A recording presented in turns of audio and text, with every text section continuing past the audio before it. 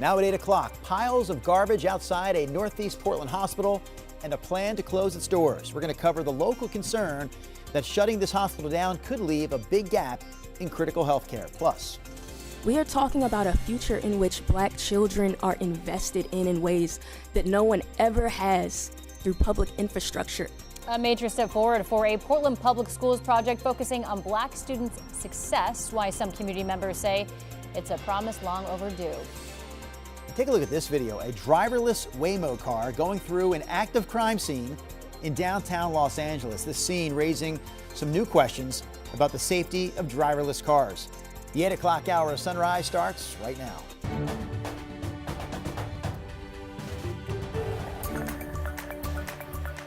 Good morning, and thank you for joining us live at 8 o'clock. I'm China Green. And I'm Drew Carney.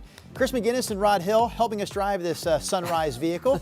You're at the 8 o'clock hour, so Rod, what do you have for us forecast-wise? Pretty quiet day. Good morning, everybody. You don't need a raincoat. It looks like we'll stay dry today. I mean, there's at least a chance of some traces of rain later today, but overall, this looks like we keep the cloud deck up top with light winds and we stay dry. There's the state capitol. No fog from this camera so far today. 42 is the temperature. We've seen the fog kind of come and go over downtown Portland. If you look here, you see the low cloud decks kind of nipping at the West Hills. 42 is the temperature with calm winds. I was 46 at noon, getting up to about 48, back down to 46 at 5 o'clock. Rain comes in tomorrow morning, and that will kick off a rainy pattern all the way through your weekend. Here's Chris. Rod, thank you for that. We pick it up with that traffic alert in Clackamas County. 99E right now, southbound, just south of Canby is closed because of a crash at Barlow Road. Anderson Road, probably a good workaround for you. Know that too, the westbound traffic there is pretty busy. So again, a no-go there on southbound 99E, just south of Canby.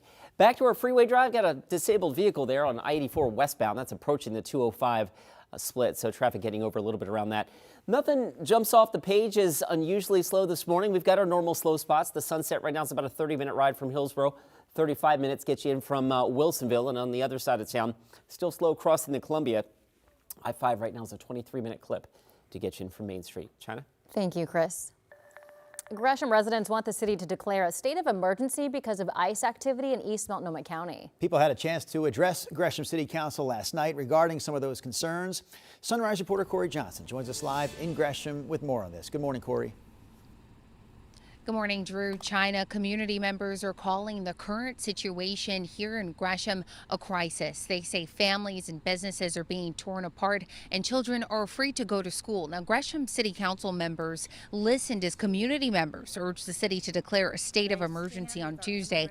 This after the cities of Hillsborough, Forest Grove, Salem, Cornelius, and Woodburn have all recently taken similar action. Now, city leaders released a statement saying they would consider feedback from the community and relay concerns to federal elected representatives. During Tuesday's testimony, community members say they hope the move would allow the city to direct funding to nonprofits that could help community members in crisis. Democratic State Representative Ricky Ruiz, who covers Gresham, attended the city council meeting as well. What we're seeing with ICE raids and the ICE operations in Gresham have been alarming and have been disturbing. Businesses have been disturbing, families have been disturbing schools. Council knows about this already, but I do think it's really important and powerful from the community to come and show up and share their experiences as well. Now, Gresham's council did not vote on the issue on Tuesday night since it was not on the agenda, but they did say that they would continue to discuss it in the coming weeks. Back to you. Corey Johnson live for us this morning in Gresham. Meanwhile, back here in Portland, Mayor Keith Wilson made his pick for the city's first long-term city administrator. This is a new position in Portland's reshaped city government. The mayor's choice is 41-year-old Raymond C. Lee, right there on your screen. If city council approves, Lee would take on the responsibility of running Portland's day-to-day operations. He's been the city manager in Greeley, Colorado the past 4 years. Greeley, by the way, has about 1,600 city employees and an annual budget of $515 million. Here in Portland, Lee would be responsible for 6,500 city employees and an annual budget of $8.6 billion. So a much bigger staff and a significantly bigger budget. His pay would also jump up. Right now, Lee is making about $315,000 in Colorado. That's an annual salary. The Portland job would pay him $370,000 a year. His first day on the job would be Monday, December 29th. Governor Tina Kotek has outlined a roadmap to help boost business in Oregon. It focuses on three main goals here. First, the governor wants our state's economy and GDP, the total value of all goods and services in the state produces, to grow faster than the country as a whole. Second, she wants to create more living wage jobs by expanding workforce development programs. And finally, she's hoping to attract more businesses to the state by reducing some of the red tape that holds them back, like permits. I think this is a starting point of a compilation of things that have already been underway, but putting them in one spot and saying, we've got to focus here, folks. If we're not intentional about growing our state, we're just going to be left behind. This is a moment of intentionality that we all have to share.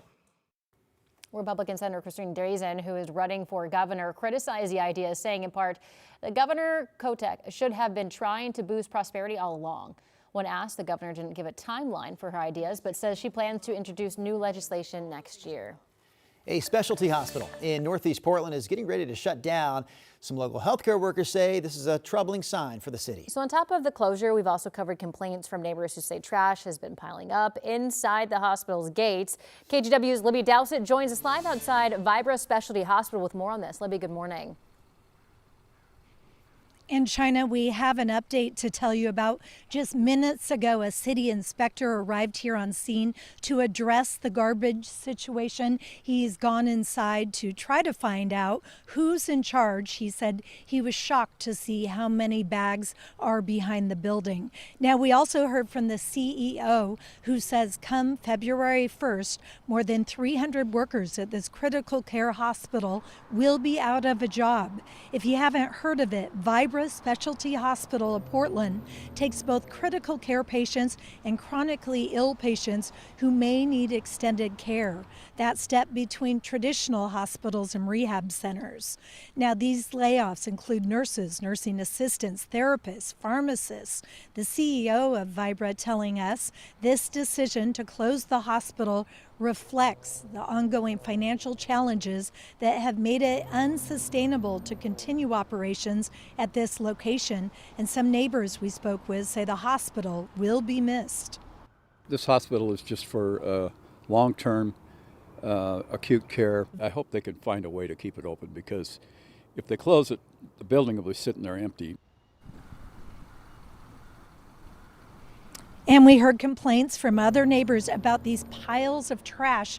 We just mentioned the city inspector estimating hundreds of bags are back there covered in plastic, and we too walked around the building to see those. The Hospital Association of Oregon, that is, says this closure will affect patients because there will be fewer beds in hospitals and a backup in the ER, because if there's no place to discharge current patients to, then there won't be beds for those who need it. Now back to you. Libby Dowsett live for us there this morning with the latest on that story. And we also have details on a pretty big retail closure in downtown Portland. After 20 years of business, the Nordstrom Rack right there at 2nd and Morrison is going to close for good coming up at the end of January. So this represents another blow to the business district in downtown Portland. You know, it's never good when a tenant leaves, but if we can get, again, some other concepts that come back into downtown and take the space, things would look a lot better. A recent KGW investigation into retail theft included this video of shoplifters right outside the store. Now, we do want to point out Nordstrom did not give an exact reason for why it's closing this location. Mayor Wilson, though, did say his office is working with Nordstrom to make sure that its main flagship store downtown across the street from Pioneer Courthouse Square does stay open. It was a record-setting weekend for holiday shopping. According to the National Retail Federation, just shy of 203 million people have shopped between Thanksgiving Day and Cyber Monday. That's 6 million more than in 2024. Retail experts had expected a total of 187 million shoppers this year. The biggest shopping day during the 5-day weekend, Black Friday, which drew the biggest crowds both in-store and online, and the second busiest day was on Cyber Monday. So we're reporting that experts say that they weren't expecting a big turnout this year, but it turns out they were wrong. And apparently marketing works, because everyone now is conditioned to shop on Black Friday and Cyber Monday. We have been conditioned and we listen. Also, another record-setting weekend for airports around the U.S. TSA is reporting that more than 3.1 million passengers were screened on Sunday alone. So that's 370,000 more than the previous one-day record that TSA says was set back in June. A new one-day record. Sunday was the big day. By the way, I did go shopping on Black Friday. You did?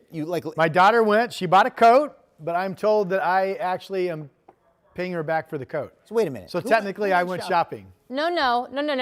You have, Oh, come on. You You have spent money. blood, sweat, and tears on Black Friday. You did not shed any of those. You shedded some weight from your wallet, maybe. You did this move. Yeah. Here you go. Oh, never mind. You're really not giving me partial credit for this. Absolutely not. You're a good dad, though, for helping her out. Great dad. Thank you, but not even partial credit. No. Futurecast, here's our day. Just kind of quiet. I still think it's at least possible there's some traces of rain, especially North Coast later today. But generally, it's just going to be a cloudy, quiet day. This is 1 o'clock this afternoon, showing clouds really across much of our two-state area. Here's the way it looks out at the beach right now. All dry, Lincoln City, cloudy skies, not much wind. Temperature pretty similar to what we have here in the valley, 41 degrees. Here's the Vancouver waterfront camera from the Springs at the waterfront. Low clouds, but no fog, good visibility as people make their commute across the interstate bridge. Again, same as Lincoln City, 41 degrees and calm. PDX 42 Salem, the same. 25 in Bend. We're getting some morning sun east of the Cascades, but cloudiness is expected to roll into your skies as well. 31 is, 31 is the number out in Pendleton right now. Here are the afternoon temps at 3 o'clock, about 50 at the beach, not much wind, 40s up and down I-5, Bend 44, and then some cooler 30s off to the east. So the number one headline today is that starting tomorrow morning, rain is back, and then we're looking at occasional shots of rain Thursday, Friday, Saturday, Sunday. Monday could be a dry day, and then rain again on Tuesday. And overall, it's going to be pretty mild with high snow levels. 47 tomorrow, but look at Friday's side. 55 degrees. Here's Chris. Wettest month of the year, living up to its billing, right? All right, let's take you down to Canby, just south of in Clackamas County. 99E at this point remains closed. Southbound 99E closed at Barlow Road because of an injury crash. ODOT's on the scene, still saying that northbound traffic is getting by, but to get around this, Anderson Road immediately to the north there, or maybe Arndt Road, is your best bet to get westbound. And you can see the red line, by the way, on Arndt Road. That westbound traffic is obviously quite thick. Farther south in Marion County, northbound I-5 in Salem now, we've got a crash near State Street, and that's starting to bunch up the northbound I-5 drive there. Locally, we've got all the usual suspects here, the slow spots across the system, but nothing jumping off the page. 30 minutes gets you in from Hillsborough, 32 minutes now northbound Wilsonville into downtown. Guys? Thank you, Chris. Coming up on Sunrise, new concerns for driverless cars after a Waymo taxi drives through an active crime scene. Also ahead in this month's Good Energy, we feature a senior living facility turning burned down garbage into a sustainable hub. And the Magic of Lights is back at the Oregon State Fairgrounds, and now through December 8th, you can save $8 on weekday tickets with code KGW8. You can find tickets at magicoflights.com/Salem. The KGW Plus TV app, streaming 24/7. Local news from the team you trust on your time. Track how the weather will impact your day. Certainly becoming increasingly hazardous. Extended, continuous coverage of breaking news, live from the scene. That snowpack is still heavy. Go deeper with in-depth interviews and exclusive reporting. All the local news you need, live or on demand. KGW Plus. Download on your TV and watch for free.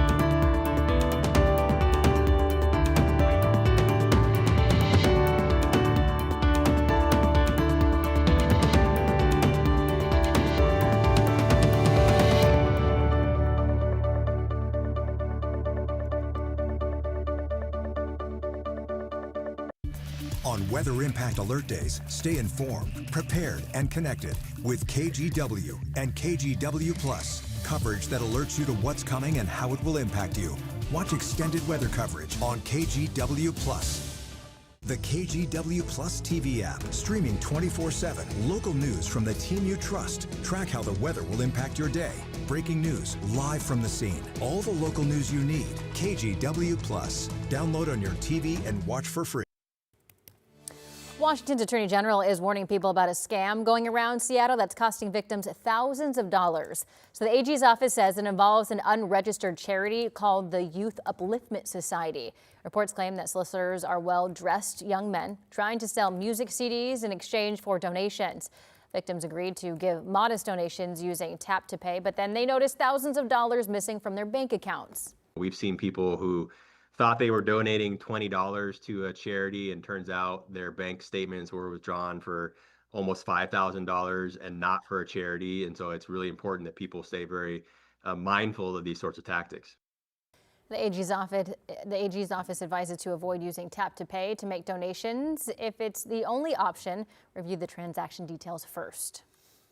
All right, next up here on Sunrise, a viral video that shows a Waymo robo-taxi driving right through an active police scene in downtown Los Angeles. So it's raising fresh questions about the safety of driverless cars. NBC's Liz Kreutz has more. Oh my God. In this video taken in downtown LA, What the is that Waymo doing?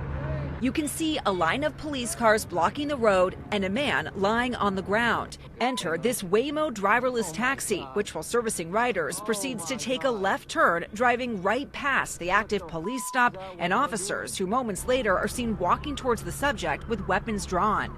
Waymo telling NBC News that when its robo-taxi came across the scene, it turned into an unblocked area where other cars were also driving, and that it quickly left. In a statement, the company saying safety is our highest priority, and that when we encounter unusual events like this one, we learn from them. Will it ever be possible to train a driverless car on every single potential traffic scenario? No, and that's the catch with this technology. The question is, can you train it on enough that it makes few enough mistakes that you're willing to tolerate the mistakes? According to Waymo's data, their self-driving cars have 90% fewer serious crashes compared to a human driver.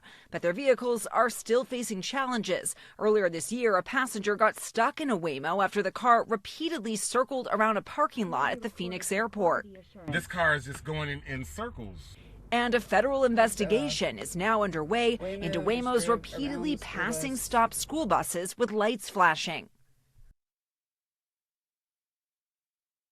Well, boy, that school bus thing, they're going to have to get a handle on that in a hurry if that's a problem. I mean, all of it. I have still not been witness to a driverless car. Like, I haven't seen one in action. Oh, they're all over in Vegas, are they? No, I was in Scottsdale and I saw them. And it's funny because when they pull up, people who are like, "What is that?" are taking pictures. Okay. Well, Like no, it's the next time I unique. see one will be the first time I see one in person. Yeah. So if I get out of one, and people are, it's not me they're really photographing. They're photographing It the is car. not the paparazzi for Rod Hill. That's really good to know, actually. It would Yes. save me an embarrassing moment. Yes. You know what? The China and I, though, will take some great pictures of you presenting the weather here, okay? Here we go. Yep.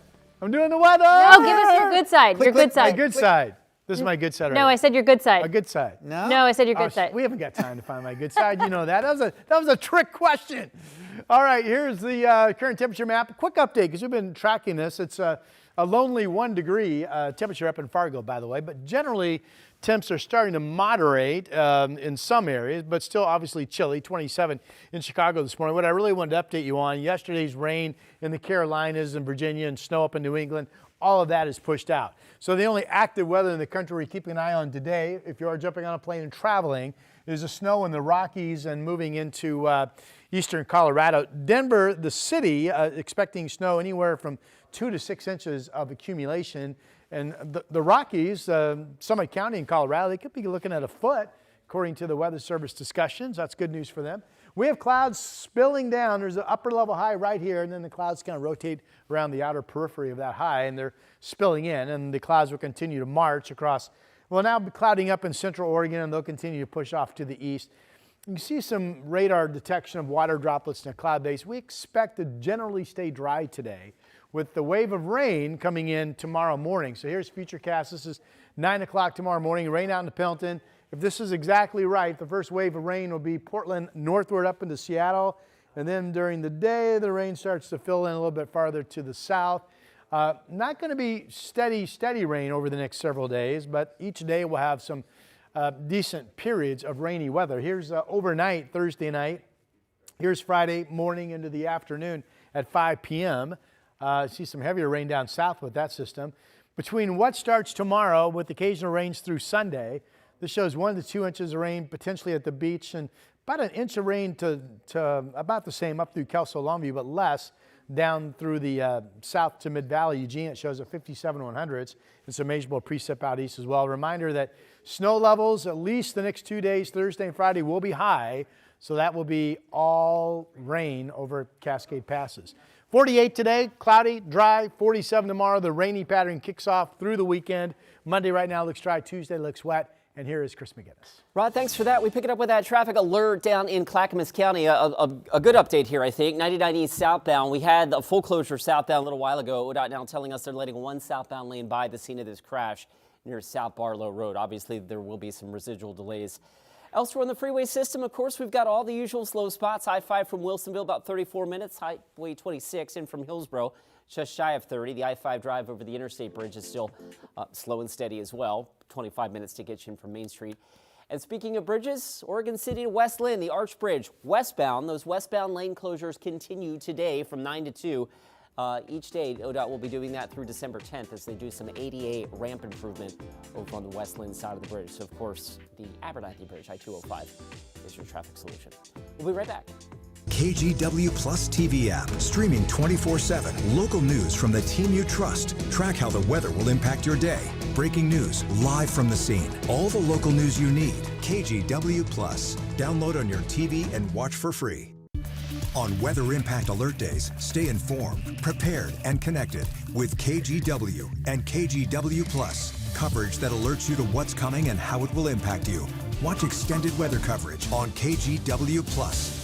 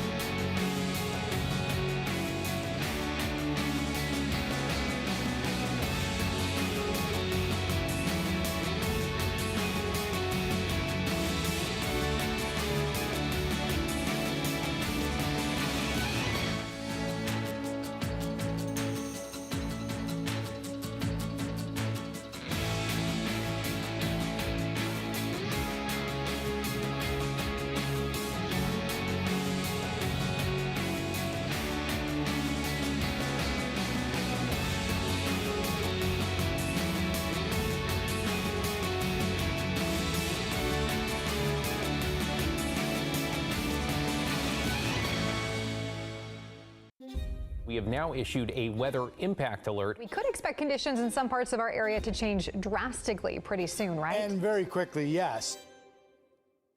This is significant rainfall coming our way. You'll definitely want to be extra cautious. It's certainly becoming increasingly hazardous. We've got the potential for some tree limbs or even trees or power lines to come down. Of course, when you hear thunder, it's always best to take cover.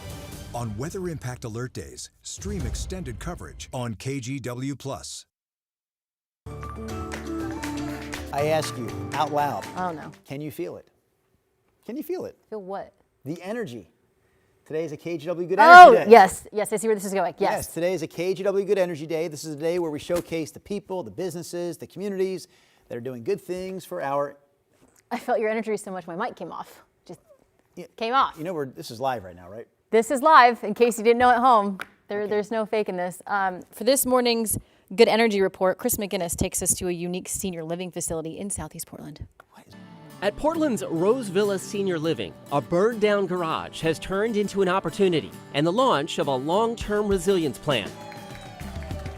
The community is unveiling its first ever Roseport, an earthquake-resilient structure built to generate solar power, store backup energy, and convert rainfall into drinkable water after a disaster. When that happened, we ultimately decided that now was the time to build our first Roseport in the face of this challenge that happened with the garage being burnt down. This is the first major project in Rosevilla's 25-year Resiliency Action Plan, built to keep residents safer and more self-sufficient through earthquakes, storms, or longer power outages. One of the Roseport's most important features sits underneath the structure. So at full capacity, we have 3,100 gallons of potential drinking water for our campus, which is enough drinking water for our resident population for up to 7 days. Residents say that redundancy matters. Many still remember the week-long winter power outage 2 years ago and how close they came to losing vital medical equipment.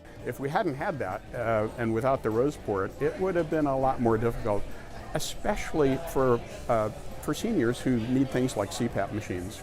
Those are pretty important medical devices. So this is a really important addition to our sort of assets for resilience. Steve Morris helps lead Rosevilla's resident-run emergency team. It's a really interesting collection of technology, and I'm sort of a technology guy, so I really appreciate all the different aspects that had to come into play to make that all play together. Steve says residents are relieved to finally have the first Roseport built, the first step in what could eventually be up to a dozen across campus. The collective feeling, I think, was sort of relief that we have a first step now. We need more of them, but this is a great first step. And now also we have to start the work, which is to make sure that people know actually how to use it. All right, we're going from that good energy story to frustrated energy. Some families in the Westland-Wilsonville School District say they were blindsided by a decision to close down multiple schools. Coming up here at 8:30, we're going to cover just how soon those closures could happen. And later, a man, his dogs, and their coyote encounter.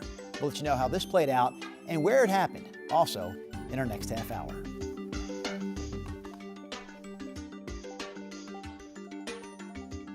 On Weather Impact Alert Days, stay informed, prepared, and connected with KGW and KGW Plus. Coverage that alerts you to what's coming and how it will impact you. Watch extended weather coverage on KGW Plus. The KGW Plus TV app, streaming 24/7. Local news from the team you trust. Track how the weather will impact your day. Breaking news live from the scene. All the local news you need. KGW Plus. Download on your TV and watch for free.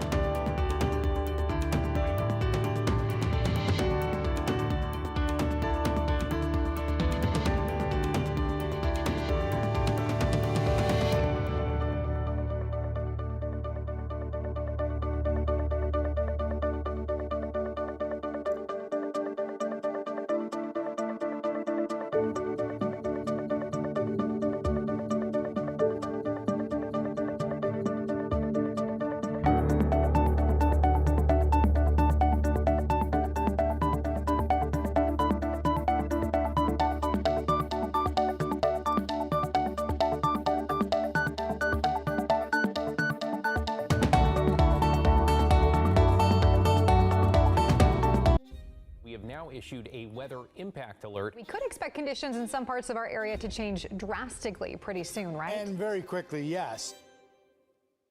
This is significant rainfall coming our way. You'll definitely want to be extra cautious. It's certainly becoming increasingly hazardous. We've got the potential for some tree limbs or even trees or power lines to come down. Of course, when you hear thunder, it's always best to take cover. On Weather Impact Alert Days, stream extended coverage on KGW Plus.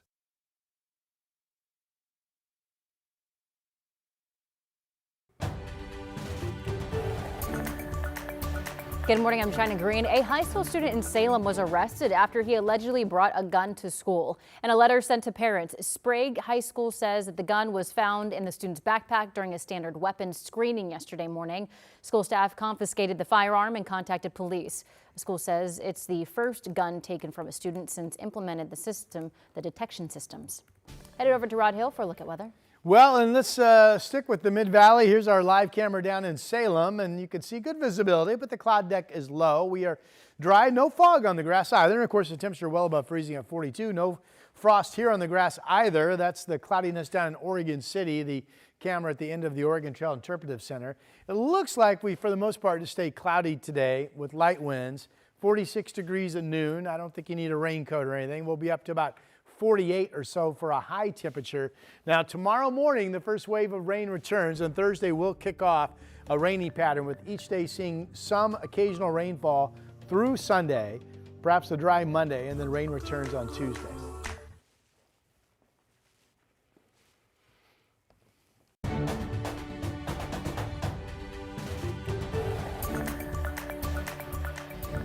We start this half hour of the Sunrise Show with a snowy spectacle. That's a fat one right there. That's a big boy. Wow. This isn't local, of course. We've only had one freezing night around here all fall. So this is in Kirksville, Missouri. Oh, wow. Wow, wow. Rod Hill's home state. And that we just saw right there again, Snowman Bob. He towers over the neighborhood, 17 feet, 2 inches tall in all. Bob's creators say they spent about 3 hours putting him together. I would have figured 3 days. How'd they get With that a trash can backhoe or a up there? front end loader, baby. Yeah, how'd they get the trash can? They had the right tools for the job, I guess. Apparently, they say this is a family tradition and they plan to build an even bigger Bob the next time around. That's a, what did you say? It's a big boy? It's a big boy. It's a big boy right there. That same system dropped, I think my mom and dad, they lived down in central Missouri, and they said they had 3 inches. I think they had more than that up in Iowa. But that was an impressive snow beast there. Mom and Dad Hill, by the way, not living in Missouri for long. They're about to move right here. Yeah, I won't be here next week. Mr. McGinnis will be doing almost everything on the show, quite frankly. But I'll be back getting my folks, and we're moving out here permanently. Yeah. Very cool. Gonna have 2 more viewers for the Sunrise Show. Excellent. And when Chris is off and Rod is off, Rod's mom and dad will fill in weather and traffic. It's gonna be fantastic. Yeah, my mom will probably bring food. She's a good cook. Oh, love that. All right, we've got the state capitol right here with clouds, but no frost. Temperature well above freezing, 42. Fog has been seen, but it's never really become a thing this morning, if you will. And at this point, I don't think it's going to be. So overall, it's just going to be a cloudy, quiet, mainly dry day with light winds. 42 is the temperature out at the airport right now. We'll be 46 at noon with the clouds. You know, this time of the year, the temps just don't do much. I think we could be up to about 48 for a high. This shows the sun will be going down at 427. Here's the map at 3 o'clock this afternoon, or 4 o'clock, pardon me, showing mid-40s from Kelso down to Eugene, 50 in Tillamook, 40s over in central Oregon where it's now cloudy, and the clouds are going to be increasing across eastern Oregon today as well, and that will hold a lot of you only in the 30s for high temperatures. So tomorrow we get into our next stretch of rainy weather. The first wave of rain on track to come in during the morning hours. Tomorrow 47. Then we've got not steady rain, but rain at times Friday, Saturday, and Sunday. And look at the temperatures. Friday 45 to 55, Saturday 48 to 53. Monday could be dry and 56. Some really mild December weather coming. Next rain system will also come with mild weather with a temperature on Tuesday of 54. Snow levels obviously will be above the passes most hours. Here's Chris. Hopefully we can work on that in the second half of the month. All right, let's get you out the door. Some good news. This earlier crash actually on 99E, ODOT now reporting completely clear. 99E traffic is flowing again, both directions, just south of the Canby area. All right, back to our freeway drive. Locally, we are actually seeing some improvement here across the system. Drive times are dropping a little bit with the exception of that one. Sorry, Wilsonville northbound I-5 is about 36 minutes now to get you in from Wilsonville Road. 205 out of Clark County wide open. I-5 still needs some help. That's a 25-minute ride. Again, most of that slowing is on the Oregon side of the interstate bridge at this point. China? Thank you, Chris. Police had arrested a man that they say randomly punched a Portland grandmother. The crime was caught on camera here, and a warning that the video may be tough for some to watch. Last Tuesday, the 69-year-old woman was attacked while taking out the trash in a parking lot near Southeast 122nd and Powell. Yesterday, authorities arrested 24-year-old Santos Puertorios. They say he's also suspected of assaulting a 21-year-old a few blocks away just 15 minutes after this assault. The suspect was taken to the jail a time and then later released. Puertorios faces 2 counts of 4th-degree assault and more charges could be added. Meantime, a former Beaverton police detective has been indicted on 6 counts of official misconduct. The allegations against Michael Bollick include in 2024 convincing a woman to send him sexually explicit photos by pretending it was required for official police work. He's also accused of unauthorized use of his police badge and vehicle. He joined the department in 2013 and resigned last month. We're learning more about the 2 Oregon State football players charged with DUI and reckless driving. Wide receiver Jimmy Valson III and David Wells Jr. were both charged last month. Neither of those players made the trip to Pullman last weekend for the Beavers game against Washington State. Here's more on this from Oregon State Athletic Director Scott Barnes. Those that had a issue with the law are not currently on the team. They're not active. Chance to come back, or that yet to be determined. Valson is due in court on December 16th. We don't know yet when Wells will appear in court. New this morning, some parents in the Westland-Wilsonville School District say they feel blindsided just a few weeks after voters approved a $190 million bond for the district. That's because the district is now recommending the closure of multiple schools. Tonight, families plan to talk about the issue at a listening session with school officials. Sunrise reporter Corey Johnson takes a closer look. Well, community members say the district previously promised not to revisit the idea of school closures, at least for the next 2 years. In January, the school board voted unanimously to keep all primary schools open through the end of the 2027 school year. They say the Capital Go bond voters narrowly approved this fall was promoted to Bolton and Stafford families as funding repairs and upgrades at all school districts. But after the recent election, the superintendent laid out a projected budget deficit in a work session, recommending the closure of Stafford and Bolton primary, shutting down all preschools, and ending the Mandarin immersion program.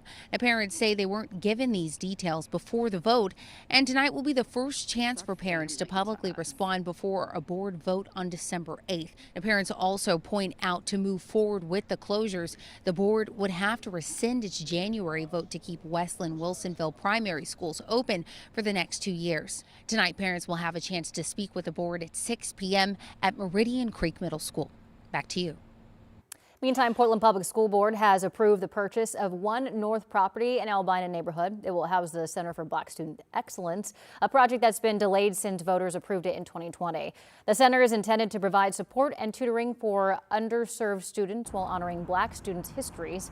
In a statement, PPS says that this purchase will mark a major step towards fulfilling that commitment. Several community leaders voiced their support for the purchase at the school board meeting last night. Public trust. It's at an all-time low. People are tired and frustrated with government officials who say all the right things, but don't follow through in the end. But you all, what we are talking about is the future. We are talking about a future in which Black children are invested in ways that no one ever has through public infrastructure anywhere at any time in this country. A Portland Public Schools report shows the building requires major upgrades that are expected to cost up to $20 million. All right, we're going to stay in that part of town for this next story because plans to rebuild the Albina neighborhood are starting to take shape. Yesterday, the 1803 Fund showed off its plans to transform 2 areas. Albina Riverside, where the former grain silos stand right there along the Willamette River's east bank, and properties in the low end area located along Russell Street in what the fund says is the historic heart of Black Portland. It's a $70 million investment to create cultural centers, learning opportunities for kids, affordable housing, and more local businesses. So what we're trying to do is rebuild it as if it were never destroyed. Like, what would it look like 60 years later if it hadn't been taken by eminent domain and essentially flattened? We're buying a zip code. That's the big story. The 1803 Fund says construction will likely start in about 2 years.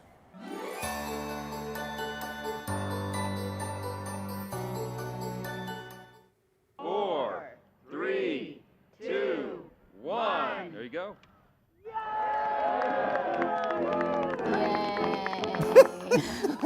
Where's the excitement? Not a whole lot of excitement there, but the Congressional Christmas tree in Washington, D.C. is finally lit up for the holiday season. The 53-foot red is from the red fir is from Nevada's Humboldt National Forest. Every year, a different national forest is selected to provide a tree for the west lawn of the U.S. Capitol building. So there you go. Of course, our tree in downtown Portland has been lit since the day after Thanksgiving. I think our tree is prettier too. And there was more excitement. It's when it got a little bit more. Yes, when the lights went on, there was more excitement here. Yeah, Christmas tree. Doing my best, Clark Griswold there. All right, let's get you out the door. A quick look at the trip out of Tualatin. I-5 northbound traffic still slow through the 205 interchange up into the Twilliger curves, and that's probably our biggest slow spot now for the last half of our morning commute here. 35 minutes is the northbound drive from Wilsonville Road into downtown. Let's take you over to Oregon City, southbound 205 from Gladstone down to the Abernathy Bridge, running a little thick. Speaking of the Abernathy Bridge, I want to give you a heads up on this. This weekend, 2 overnight closures, Friday and Saturday night, 11 p.m. Friday to 6 a.m. Saturday, 11 p.m. Saturday to 7 a.m. Sunday, as ODOT works on sign bridge installations. So the local detour, of course, you can use the Arch Bridge, the regional detour, I-5, 99E, Highway 43. That's a big deal, especially for anybody that has a wee hour of the morning flight. And you're coming in from Wilsonville or Tualatin. Just know that you're going to want to probably plan on taking I-5 this weekend. Guys, back to you. I'll tell you what's moving fast, Chris. This year's KGW Great Toy Drive. Man, we have less than 2 weeks to go at this point. So it's definitely time to step up and help out if you haven't done so already. And actually, you can give again if you've already given once.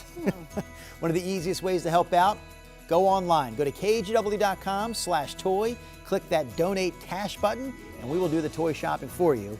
It's a great week to give because Oregon Corrections Enterprises is doubling donations, so your donation can go a lot farther. We also want to let you know about 2 collection events that are coming up this weekend. First off, you can drop off new unwrapped toys this Saturday at the Washington Square Mall. We'll be out there between 11 and 2. And on Sunday, we'll be collecting at the Oregon Ballet's matinee performance of the Nutcracker. That's on Sunday. Coming up, too close for comfort. Hear from a man whose walk with his dogs turned into an encounter with a coyote.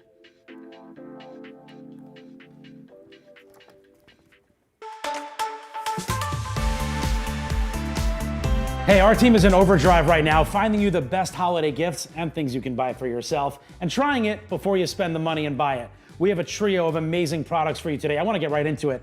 These are Lark state plates, high quality porcelain plates, shaped in all 50 states. I'm from Florida. You know I had to get the Florida. I love it. My best friend Chris, he lives in Texas. I sent this to him, said it was the most thoughtful gift he had gotten this season. So you can be a star too. All you have to do is get it. Oven safe, microwave safe, so you can cook in it too, and dishwasher safe. 25% off just for you today. Oh, and by the way, they have the US as well.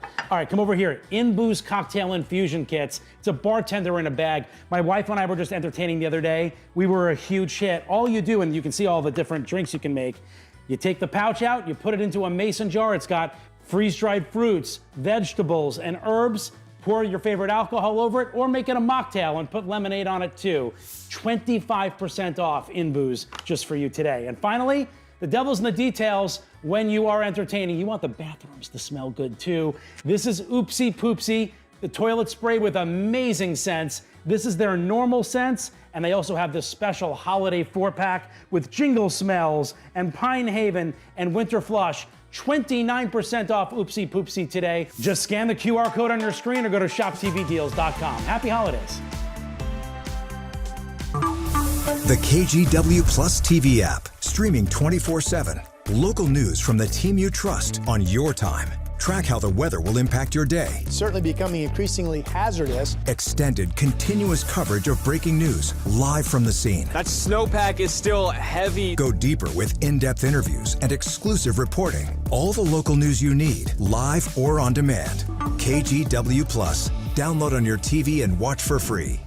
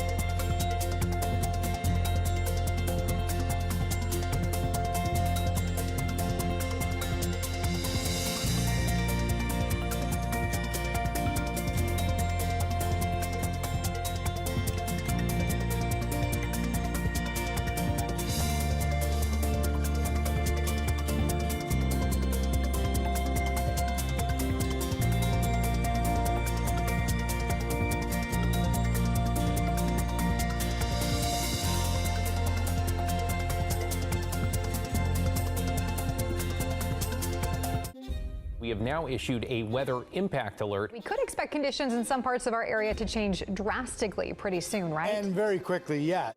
This is significant rainfall coming our way. You'll definitely want to be extra cautious. It's certainly becoming increasingly hazardous. We've got the potential for some tree limbs or even trees or power lines to come down. Of course, when you hear thunder, it's always best to take cover. On weather impact alert days, stream extended coverage on KGW+. That's a coyote. It's your dog. You might ought to pick him up. Fish and wildlife officials in Washington are working to address what have been described as aggressive coyotes in two of Seattle's most popular parks. One of those scary confrontations was caught on camera. Brady Wakayama spoke with a man who captured it on his phone. I've never seen it in 12 in the afternoon looking for a meal. A wild encounter in the heart of Seattle's Volunteer Park on Thanksgiving weekend. That's a coyote. It's your dog. You might ought to pick him up. Pick up your dog. Here.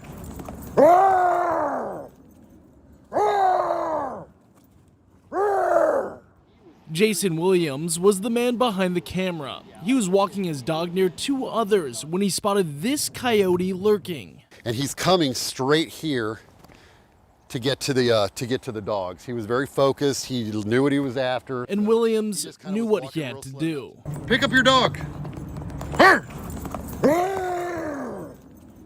I was just like concerned. That's honestly the main thing that I was thinking about was that those other dogs, the reaction wasn't as quick as I thought it should be, and I was very concerned that one of those dogs was going to get injured. Williams' dog and the two others were unharmed, and the coyote ran away. Seattle Parks and Rec and the state's Fish and Wildlife are aware of this and other aggressive coyote reports at Volunteer Park and the Arboretum. Biologists say trap and killing these animals is recommended. These specific coyotes are too used to people, human food, and not scared enough. Yeah, they are getting more aggressive. They're getting more used to people and less afraid. Last month, parks teamed up with USDA Wildlife to kill a coyote that snatched a leash dog and swiped a coat from a park goer with food in it. They're still watching for troublemakers. Warning signs with tips are up throughout the two parks. In a large park like this in the middle of a huge city, yeah, we have wildlife all around us, and you should always be wary of it. And if someone's in danger or if there's a coyote attack, call 911 right away. Otherwise, reach out to the Department of Fish and Wildlife. In Seattle, Brady Wakayama, King 5 News. I'm just going to assume that if we all called the authorities every time we saw a coyote, the authorities wouldn't have time to do anything else but answer the phone. I was expecting a little bit more because they said, aggressive coyote, because yeah, I see them in our neighborhood a lot. I mean, certainly I'm not They're out telling there. to go out and play with them. Yeah. But I saw coyotes like, is this a story about a wolf encounter? No, coyotes. That happens a lot. I mean, clearly, if you have a small dog, like our cat, Coco, Grandma Kim's cat, likes to go out in the middle of the night. Yes. And we're always kind of concerned. I think she stays pretty close by her grounds. No, but there's a risk. She's really fast, but there's a risk. Now, Maximus, my big golden, I don't worry about that. Sure didn't worry about Caruso, the big boy you met when you came, knocked on my door Halloween. Caruso looked like a wolf. Yeah, I would have been more worried about the coyote. All right, let's get you out the door with the snow level forecast. Boy, if you're a skier or a boarder, we know we lost Thanksgiving weekend, right? No skiing, no boarding, that ship has sailed. And let me tell you, there's a reason to be nervous for Christmas week at this point because we have not started to build anything yet. And this next wave of moisture starts tomorrow with waves of moisture coming and going all the way in the first part of the next week. For the most part, will be all rain again at Cascade Pass level. And I mean Tuesday, maybe even Friday, definitely tomorrow. It's going to be raining up at Timberline Lodge. So the news continues to not be good. Now, there are signs that a week from this weekend, we could have maybe 3 or 4 days with cold weather and active precipitation down to 2,000 feet. But if so far, every single time the models have been showing these flirtations of cold weather, it washes out and goes to the east, and we don't get it. So we'll see. Nothing promising right now, at least overly promising. We do have moisture, cloudiness that is, spilling into us today. And while there could be some traces of moisture with the cloud deck, for the most part, this looks to be just a cloudy day overall with light winds. The clouds are going to be pushing across the east. Here we are at 4 o'clock this afternoon. Now, the first wave of rain will be coming in tomorrow morning. This is Thursday at 9 o'clock. Some rain out toward the gorge and out into Pendleton as well. This shows snow showers tomorrow afternoon in eastern Oregon, rain showers here on the west side. Another shot of heavier rain overnight Thursday.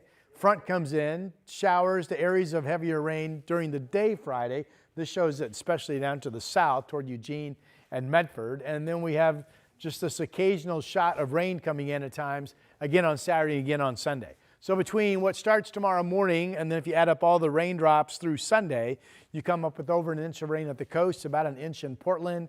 And this particular model shows far less than an inch when you get down into Salem, 36 100s and 57 100s down in Eugene. There, good visibility with the high cloud deck from Timberline Lodge looking at the Three Sisters and Timberline. There's the barn camera from the Salem tasting room camera. Temperatures on average sitting about 40 degrees out there right now. We'll get up to about 48. There's the rainy pattern starting Thursday into the weekend. And now it is birthday time. All right, Stetson won today out there in the stroller doing some sightseeing in Troutdale. Happy birthday, 1-year-old. That's a huge one. And Emmett likes to go fishing. They got the fishing pole out there. Happy birthday to you. Also celebrating today is Brian, 43 years old. Happy birthday to you. Hope you have a fun day. Birthday's at KGW.com, and we'll celebrate with you. Here's Chris. Hey, Rod, you mentioned fog. I want to get you out to the east part of the state. I'm sorry I can't snap up the ODOT camera, but there is a dense freezing fog advisory for portions of eastern Oregon getting out towards near the Pendleton area. Temperatures below freezing there and fog creating some slick spots on the road. So just be aware of that for the next couple of hours. Locally, our I-5 drive is still one of the slow spots. This is I-5 near the 205 interchange. There's your northbound commute heading up into the Twilliger curves. That is by far at this point one of our slower drives. 33 minutes gets you in from Wilsonville to downtown. And the Highway 26 drive, that hits the brakes right around 217. From there, folks really slow coming into the tunnel. Just shy of 30 to get you in from Hillsborough. We'll be right back. The KGW Plus TV app, streaming 24/7. Local news from the team you trust on your time. Track how the weather will impact your day. Certainly becoming increasingly hazardous. Extended, continuous coverage of breaking news live from the scene. That snowpack is still heavy. Go deeper with in-depth interviews and exclusive reporting. All the local news you need, live or on demand. KGW Plus. Download on your TV and watch for free.